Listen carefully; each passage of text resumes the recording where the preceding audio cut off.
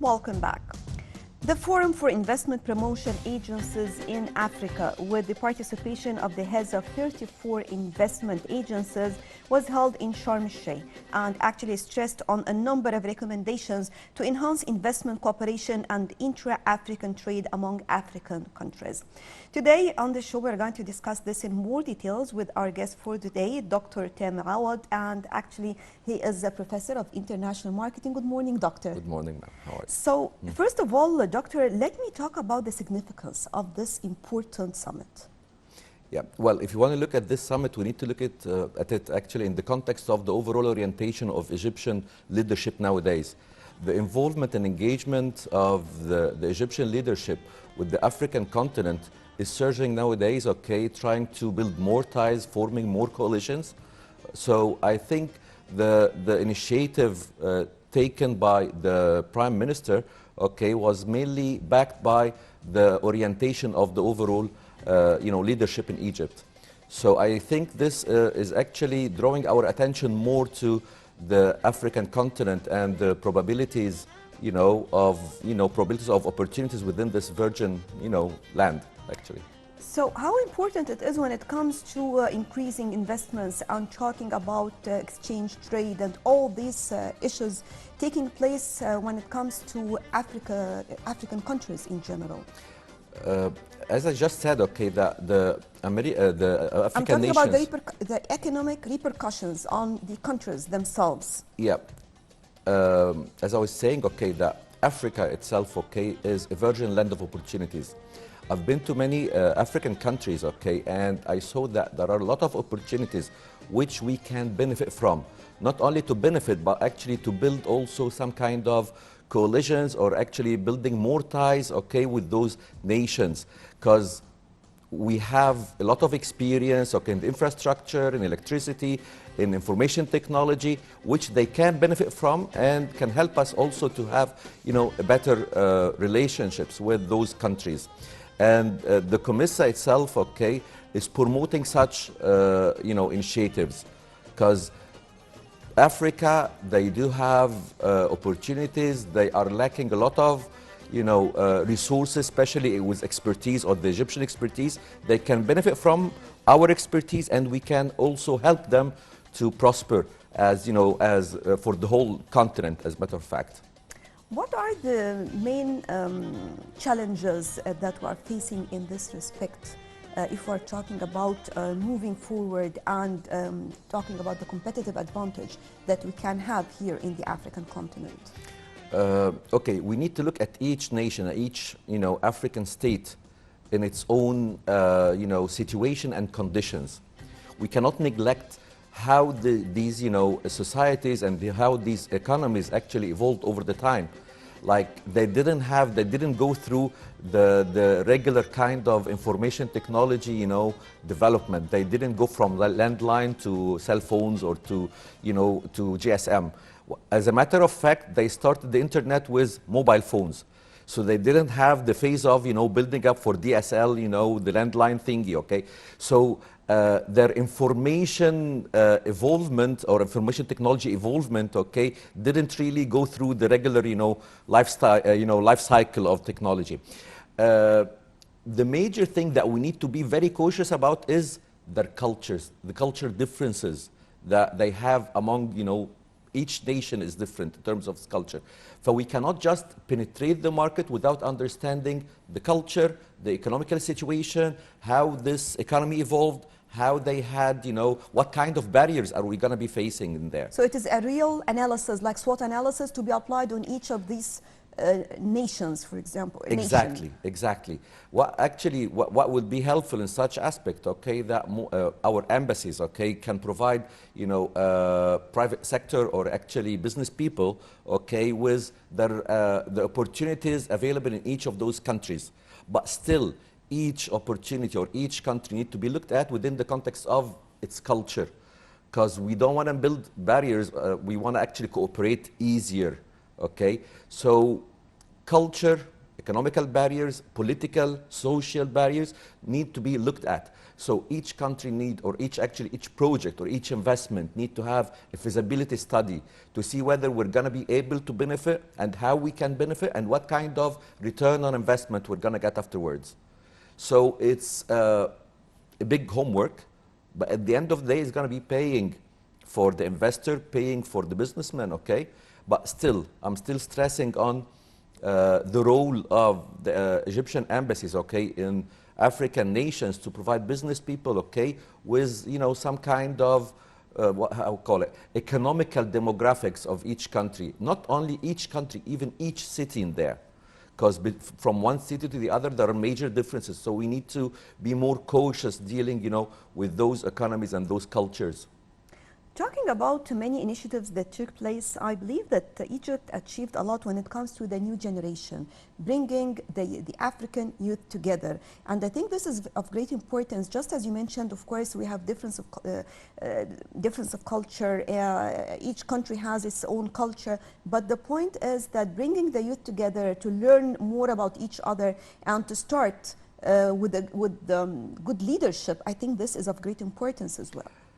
As a matter of fact, in what happened, okay, in the latest COMESA, okay, meeting in Sharm el-Sheikh, okay, this was in line with the orientation of the Egyptian leadership. When we started, you know, for the youth forum and youth, you know, gathering, okay, from all over African, you know, countries here in Egypt, this was actually the natural evolvement of such orientation to go for trade. Okay, we cannot go for trade, we cannot go for business, we cannot go for any kind of, you know, economical links with other less Egyptian society, the Egyptian economy, the Egyptian political orientation, okay, is already did their homework. You're talking about 7 years, okay, of real African involvement with, you know, with Africa, building coalitions, even building economical blocks, you know, encouraging free trade among nations. Okay, we help them to prosper, we help them to grow. Their success is ours. Yeah, it's a win-win relationship. It's not either I exist or you exist. No, it's kind of a win-win relationship that, you know, we were looking that to help the continent, to help other nations, okay, to develop and to evolve, not only economically, even, you know, politically, stability. So we're promoting all those, you know, values among, you know, the role, the Egyptian role is taking, you know, a new passage among, you know, among the African nations and African countries. Also taking into consideration the importance of infrastructure projects among countries, like for example, the Silk Road project and how important it is for the African economy. Yeah. As a matter of fact, one of the major success factors, okay, for international trade is to have a proper, you know, transportation system, if I may say. So Egyptian is taking a lot of initiatives towards, you know, African countries. So they are actually initiating, you know, railroads. They are trying to initiate, you know, roads. Okay, and what we did during the last 7 years, okay, it's almost, you know, a miracle that you've built or actually you've developed, you've, you know, rebuilt, okay, the Egyptian infrastructure. And the rebuilding of the Egyptian infrastructure wasn't only to build roads as much as building the services which come with the road. Okay, you're talking about the infrastructure, you're talking about the technology, you're talking about, you know, the service, you know, a gas station, for example, everything, okay, that we had the 360 view of how to build an infrastructure during the last 7 years. This kind of expertise will help us better, okay, in, you know, helping other nations to have a transportation system to help the, you know, as we can put it, yani, the go-to-market strategy, how we're going to go to the markets in there. Okay, what kind of distribution, what kind of channels we're going to be using in reaching those nations. Okay, maybe, okay, we're lacking some information about other African countries, but keeping in mind, okay, that they are not as actually يعني they don't have the same infrastructure we have. The road, okay, infrastructure in there, it needs a lot of work. We're talking about capitals. We're not talking about cities. We're talking about the main capitals in different countries. We can have an input in there. We can have major inputs. And as a matter of fact, okay, we have a lot of contractors who are working in Africa, building infrastructure. Okay, not only infrastructure in terms of roads, in terms of technology, in terms of, you know, a lot of aspects, okay, we're involved nowadays with in Africa. Talking about the potentialities that are available in the African continent, and how can we use them from your own point of view? As a matter of fact, Africa has a lot of potentials, but the point is that it wasn't really, they are not really discovered yet. For a very simple reason, because most of the culture in there are kind of based on tributes, okay? So usually you don't find the stability, you know, among these nations. So we need to be, so it wasn't really attractive, okay, before that.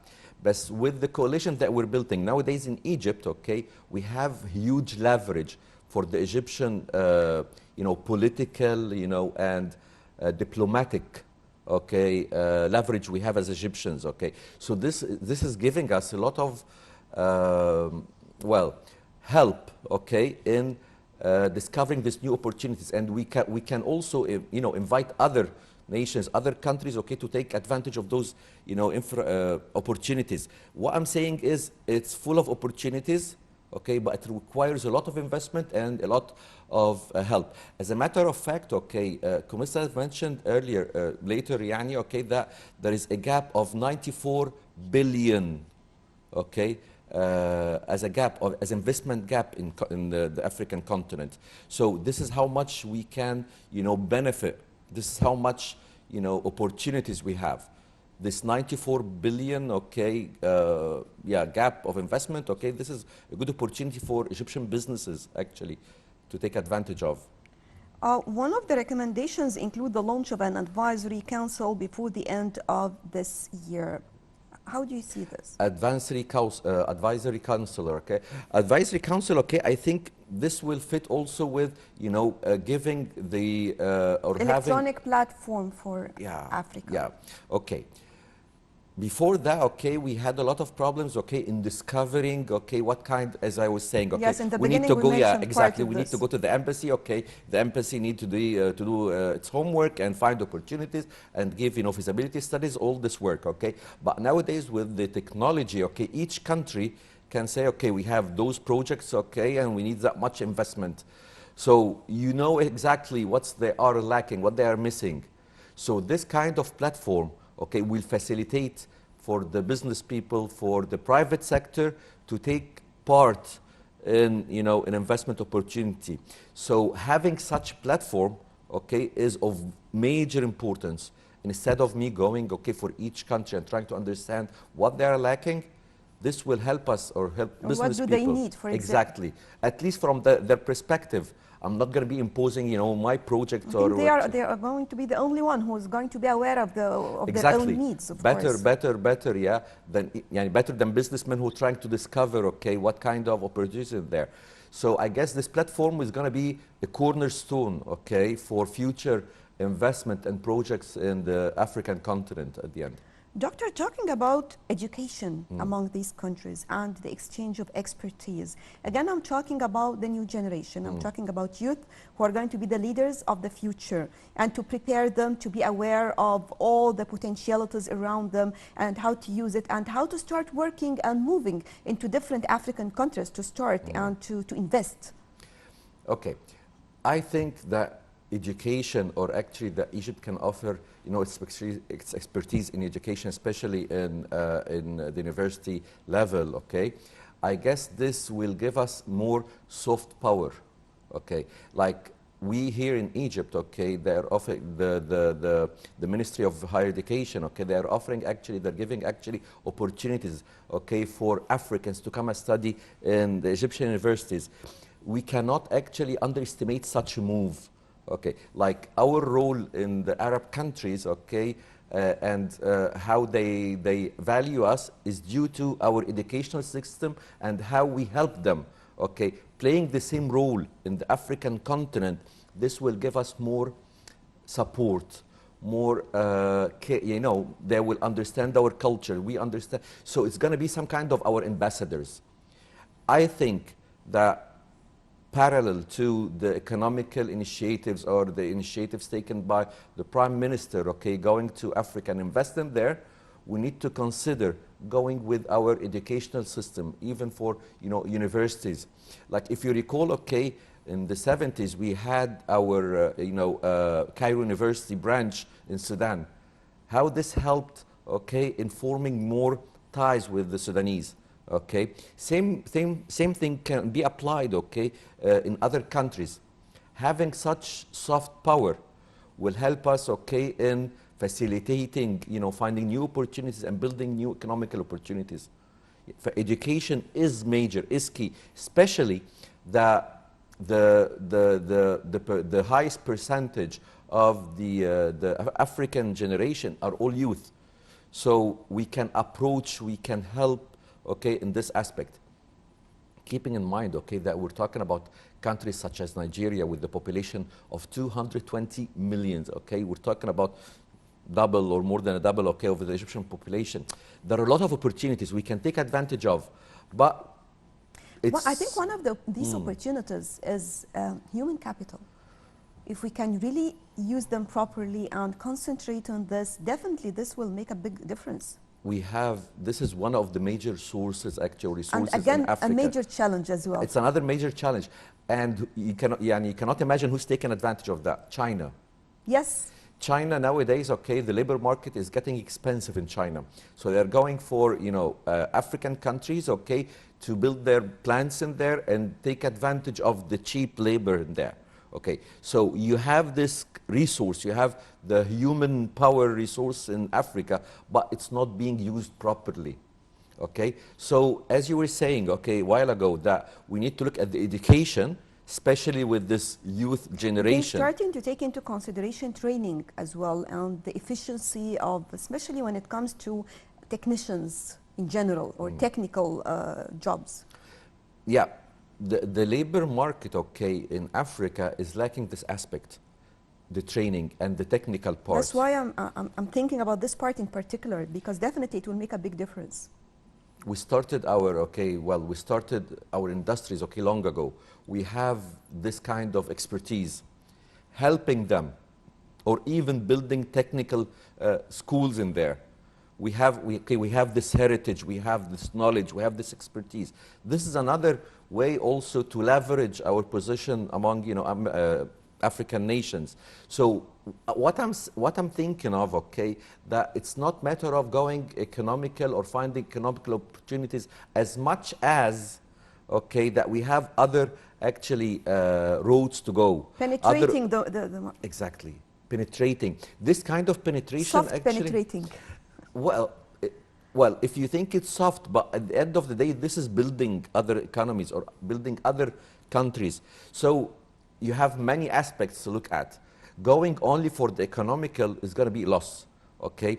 That to have this soft power of, you know, education, of training, of even exchange of experts, you know, and helping them, okay, this will give us better understanding, and we're going to be able to help them better. I'm not thinking of the African opportunities or, you know, investment opportunities as only opportunities to make profit, as much as actually taking your social responsibility towards these nations. I think this is the difference between how the African continent has been used before by the Western countries, and now when we talk about Africa and how we want to support them, to help them, because definitely it has to be a win-win policy. Exactly, a win-win policy, win-win actually, you know, opportunity that we're helping to help, okay, yani to help themselves, okay. It's a win-win relationship. We're not looking to have dominating power over them as much as we looking for the prosperity of the continent, okay. And I think, okay, that in the near future we're going to have a lot of economical blocks among among the African nations, and this will help, okay, to enhance the trade among these nations. Like an African free trade, for example. Exactly. Like we have the GCC countries, they do have this free trade agreement among them. We have the EU, which is the biggest example. So why not, okay, building such thing? Okay, why would they import, okay, from Europe while they can help, Egypt can help them with that. Even, okay, Egyptians can build their own plants in there, taking advantage of the natural resources, okay, in Africa. It can be more, and actually this will help them, okay, too, with the employment rate. This will help them, okay, with their GDP and in those nations. So it shouldn't be looked at as opportunities as much as, kind of integration among those nations, okay, to help them better. For sure, these events taking place are of great importance, but let me talk about what comes next. I mean, yes, we have many, many important top officials' visits, and all these are paving the way for more to come. But if I'm talking about the role of the civil society, of the individuals, of investors, how do you see this? Well, end of the day, okay, the Egyptian, African relations, okay, wasn't looked at, properly, okay. If you look at how many visits, okay, happened by officials lately to African nations, okay, you will understand that there is a new orientation for the country. What I'm saying is that when the political leadership, okay, or diplomatic leadership, Egyptian leadership, okay, is looking to Africa, this will make the society, the whole Egyptian society, interested.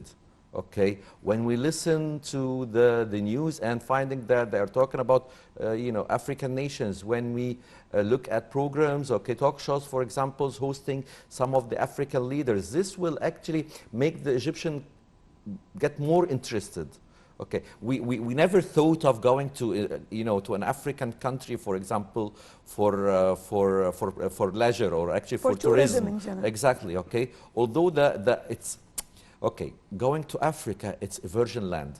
I think we need to work more on the soft power among African countries as well, not only from the economic or political level, but just taking it, as you mentioned right now, to learn more about our their culture. Yes. Okay, we actually neglecting this. I guess the talk shows, for example, they need to do more. Okay, we don't talk about African nations only if there is a political problem in one of those nations, okay? But to understand their culture, to talk about their food, for example, to talk about their heritage, about their culture, nothing, okay? Okay, how many movies, okay, talked about That's what Africa? I mentioned, the soft power, yes. Exactly, okay. We have, can you imagine, okay, we had only 3 or 4 movies throughout our, cinema history, okay, talking about African nations. Come on, okay. We need to feel more belonging, okay? We belong to them and they belong to us, okay? We're part of this. Yeah. Right. At the end, Dr. Tamer Awad, Professor of International Marketing, thank you very much for being with us. Thank you very much. Pleasure. Right. Still we have more, but first, moving on to a quick break, then we'll be back with more on The Breakfast Show.